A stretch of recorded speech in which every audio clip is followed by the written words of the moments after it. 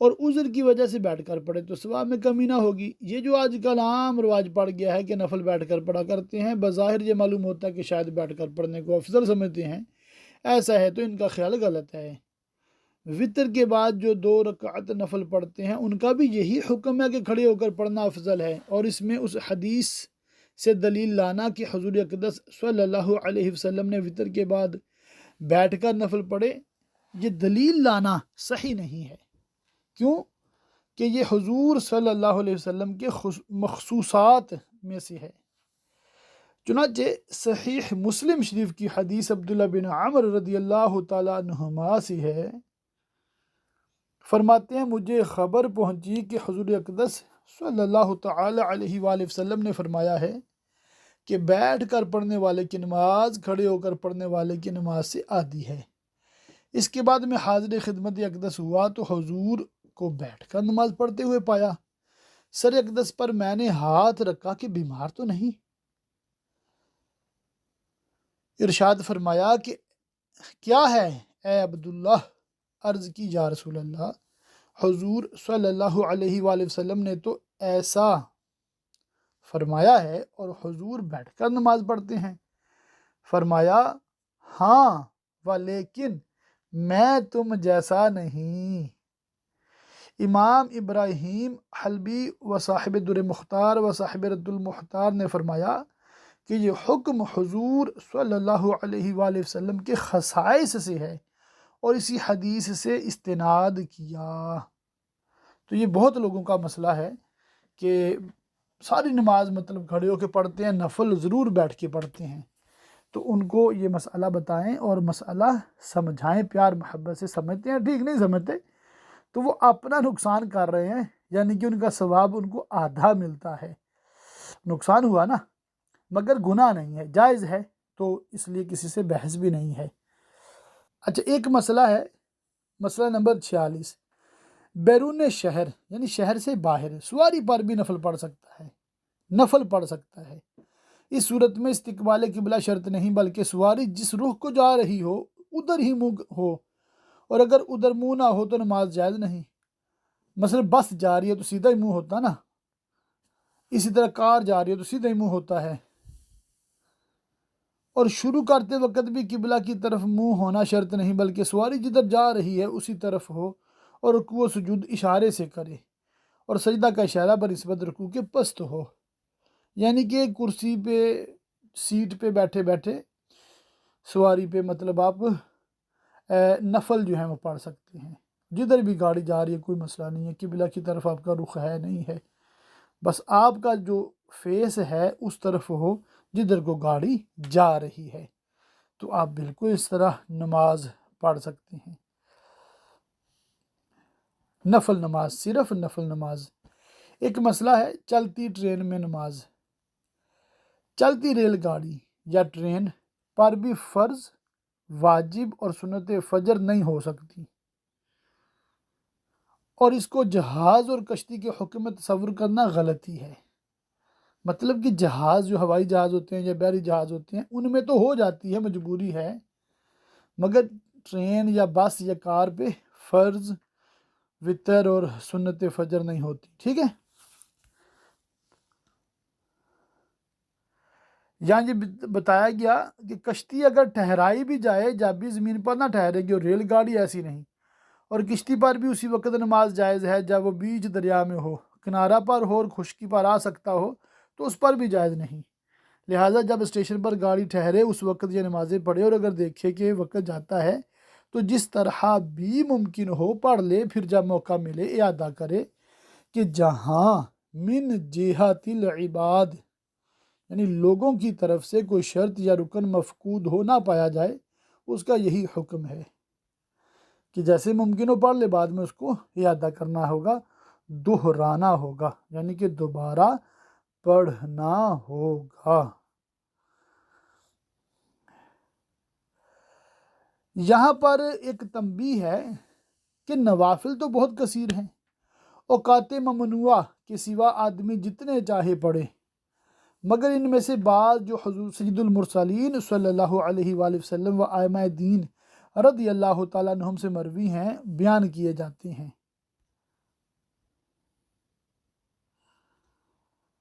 تو سب سے پہلے تحیت المسجد، جو شخص مسجد میں آئے اسے 2 رکعت نماز پڑھنا سنت ہے، بلکہ بہتر یہ ہے کہ 4 پڑھے۔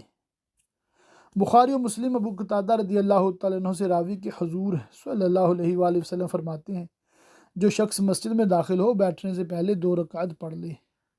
ایسے وقت مسجد میں آیا جس میں نفل نماز مکروہ ہے، بعد طلوع فجر، کیونکہ فجر کا جو پورا ٹائم ہے نا اس میں نفل نہیں پڑھ سکتے، یا بعد نماز عصر کے فرض پڑھ لیے اس کے بعد بھی نہیں پڑھ سکتے، وہ تحیت المسجد نہ پڑھے بلکہ تسبیح، تحلیل، کلمہ وغیرہ اور درود شریف میں مشغول ہو، حق کی مسجد ادا ہو جائے گا۔ اچھا، ایک اور مسئلہ ہے اس کے حوالے سے، وہی بس پڑھوں گا۔ فرض یا سنت یا کوئی نماز مسجد میں پڑھ لی، تحیت المسجد ادا ہو گئی، اگرچہ تحیت المسجد کی نیت نہ کی ہو، اس نماز کا حکم اس کے لیے ہے جو بنیت نماز نہ گیا بلکہ درس و ذکر وغیرہ کے لیے گیا ہو، اور اگر فرض یا اقتداء کی نیت سے مسجد میں گیا تو یہی قائم مقام تحیت المسجد ہے، بشرطے کہ داخل ہونے کے بعد ہی پڑھے، اور اگر عرصہ کے بعد پڑھے گا تو تحیت المسجد پڑھے۔ یعنی مسجد ایسے ٹائم گیا ہے نا کہ ابھی جماعت کھڑی ہے تو سیدھا ہی جماعت میں شریک ہو جائے تو یہ اس کا تحیت المسجد بھی ادا ہو جائے گا۔ تحیت الوضو، کہ وضو کے بعد اعضاء خشک ہونے سے پہلے 2 رکعت نماز پڑھنا مستحب ہے۔ حدیث پاک میں ہے جو شخص وضو کرے اور اچھا وضو کرے اور ظاہر و باطن کے ساتھ متوجہ ہوگا 2 رکعت پڑھے، اس کے لیے جنت واجب ہو جاتی ہے۔ غسل کے بعد بھی 2 رکعت نماز مستحب ہے۔ وضو کے بعد فرض وغیرہ پڑھے تو قائم مقام تحیت الوضو کے ہو جائیں گے۔ تو دیکھیں یہ مستحب بیان ہو رہے ہیں، نوافل بیان ہو رہے ہیں، پڑھیں گے ثواب، نہیں کوئی پڑھتا تھا گناہ نہیں ہے، یہ بات اب نوٹ رکھنی ہے آپ نے۔ نماز اشراق، ترمذی انس رضی اللہ تعالیٰ عنہ سے راوی کے فرماتے ہیں صلی اللہ علیہ وآلہ وسلم جو فجر کی نماز جماعت سے پڑھ کر ذکر خدا کرتا رہا یہاں تک کہ آفتاب بلند ہو گیا، پھر 2 رکعتیں پڑھیں تو اسے پورے حج اور عمرہ کا ثواب ملے گا۔ نماز چاشت مستحب ہے، کم از کم 2 اور زیادہ سے زیادہ چاشت کی 12 رکعتیں ہیں، اور افضل 12 ہیں۔ حدیث میں ہے جس نے چاشت کی 12 رکعتیں پڑھیں اللہ تعالیٰ اس کے لیے جنت میں سونے کا محل بنائے گا۔ اس کے حوالے سے ایک اور حدیث پاک ہے، پھر مزید 2 حدیثیں 3 بلکہ حدیثیں یہاں پر موجود ہیں۔ اب یہ سمجھ لیں کہ اس کا وقت کب ہے، اشراق کا بھی اور چاشت کا بھی وقت ایک ہی ہے۔ کیا ہے اس کا وقت؟ آفتاب بلند ہونے سے زوال یعنی نصف و نہار شرعی تک ہے، اور بہتر یہ کہ چوتھائی دن چڑھے پڑھے۔ مطلب یہ ہے کہ سن رائز کو جب 20 منٹ گزر گئے تو دعویٰ کبریٰ سے پہلے آپ نے اشراق کی 2 رکعتیں اور چاشت کی 2 یا 12 رکعتیں آپ نے پڑھنی ہیں۔ 2 پڑھ لیں تو پھر بھی کافی ہے، آپ کو انشاءاللہ تعالیٰ ثواب ملے گا۔ نماز سفر میں جاتے وقت 2 رکعتیں اپنے گھر پر پڑھ کر جائے۔ حدیث میں ہے کسی نے اپنے اہل کے پاس ان 2 رکعتوں سے بہتر نہ چھوڑا جو بوقت ادائے سفر ان کے پاس پڑھیں۔ سفر پر جانے سے بھی اور واپسی پر بھی پڑھنی ہے کہ سفر سے واپس ہو کر 2 رکعتیں مسجد میں پڑھے، جاتے ہوئے گھر میں پڑھے، آتے ہوئے مسجد میں پڑھے۔ رسول اللہ صلی اللہ علیہ وسلم سفر سے دن میں چاشت کے وقت تشریف لاتے اور ابتدا مسجد میں جاتے اور 2 رکعتیں اس میں نماز پڑھتے، پھر وہیں مسجد میں تشریف رکھتے۔ مسافر کو چاہیے کہ منزل میں بیٹھنے سے پہلے 2 رکعت نفل پڑھے جیسے حضور اقدس صلی اللہ علیہ وسلم کیا کرتے تھے۔ اب یہ تیسری نماز آ گئی نا، سفر پہ نکلے تو گھر میں 2 پڑھے، اور جہاں پہنچے ہیں منزل پہ وہاں بھی 2 پڑھے، اور جب واپس اپنے شہر آئے تو پھر مسجد میں جا کے 2 پڑھے۔ سبحان اللہ۔ صلاۃ اللیل، لیل کہتے ہیں رات، صلاۃ کہتے ہیں نماز کو۔ ایک رات میں بعد نماز عشاء جو نوافل پڑھے جائیں ان کو صلاۃ اللیل کہتے ہیں، اور رات کے نوافل دن کے نوافل سے افضل ہیں۔ اس پہ پھر حدیثیں ہیں، ٹھیک ہے۔ نماز تہجد اسی صلاۃ اللیل کی ایک قسم ہے تہجد، کہ عشاء کے بعد رات میں سو کر اٹھیں اور نوافل پڑھیں۔ سونے سے قبل جو کچھ پڑھیں وہ تہجد نہیں، وہ صلاۃ اللیل تو ہے مگر تہجد نہیں، اس کا بھی ثواب ہے مگر تہجد نہیں۔ تہجد نفل کا نام ہے کہ اگر کوئی عشاء کے بعد سو رہا پھر اٹھ کر قضا پڑی تو اس کو تہجد نہ کہیں گے۔ کم سے کم تہجد کی 2 رکعتیں ہیں اور حضور صلی اللہ علیہ وسلم سے 8 تک ثابت ہیں۔ پھر اس پہ ایک حدیث پاک بھی لکھی ہے اور پھر اس کے مسائل بھی لکھے ہوئے ہیں۔ تو میں نماز تہجد کے حوالے سے سمپل آپ کو عرض کر دوں کہ اس میں عشاء کے فرض پڑھنے کے بعد سونا شرط ہے۔ جیسے 9 بجے عشاء پڑھی ہے، سو گئے، چاہے آدھے گھنٹے بعد جاگ آ گئی ہے، نماز فجر کا وقت شروع ہونے سے پہلے آپ اٹھے ہیں تو آپ کے لیے تہجد کا وقت شروع ہو گیا، اور ساری رات سوئے نہیں ہیں تو تہجد نہیں ہوگی۔ ہاں اگر پڑھنا چاہیں تو نفل جتنے چاہیں پڑھے، صلاۃ اللیل ہے، ثواب ہی ثواب ہے۔ اور اس کا بیسٹ ٹائم وہ جسے عام طور پہ تہجد کا ٹائم کہا جاتا ہے کہ فجر کا ٹائم شروع ہونے سے پہلے وہ بیسٹ ٹائم ہے، ٹھیک ہے، سنت ٹائم بھی وہی ہے، تو اس وقت وہ یہ نوافل وغیرہ پڑھے۔ اور جسے جاگنے پہ اعتماد ہو نا تو وطر بھی اس وقت پڑھے کہ یہ سنت ہے۔